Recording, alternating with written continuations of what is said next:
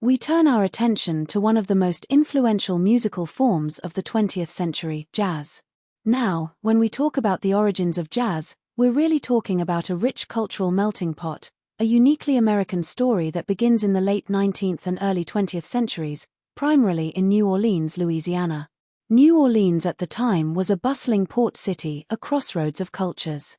It was home to African Americans, Creoles, Europeans, Caribbean immigrants, all bringing their own musical traditions. Here, African rhythms, spirituals, work songs, and blues came into contact with European harmonies and instruments. This mix gave birth to something new, something that couldn't have emerged anywhere else. One of the key roots of jazz lies in the blues, with its expressive melodies and themes of hardship and resilience.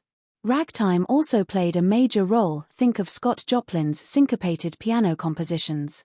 But it was the improvisational spirit, especially from African American musical traditions, that really defined jazz. Unlike classical music, jazz allowed musicians to break the rules, to speak in the moment through their instruments. And let's not forget the influence of brass bands and the legacy of marching music in New Orleans. After the Civil War, many military instruments made their way into the hands of African American musicians. They took those horns and turned them into tools of personal and communal expression. By the 1910s, we begin to see early jazz ensembles, often small groups of musicians, developing what we'd now call traditional or Dixieland jazz.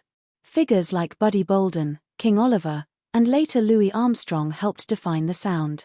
Armstrong, in particular, with his trumpet virtuosity and charismatic vocals, played a pivotal role in transforming jazz from a group-based improvisation into a soloist's art. So, jazz is not just music, it's a reflection of American history, a blend of oppression and creativity, of suffering and joy. Its roots are complex, born from the pain of slavery and segregation, but also from the enduring drive to create, to express, and to connect. And that, in many ways, is the spirit of jazz.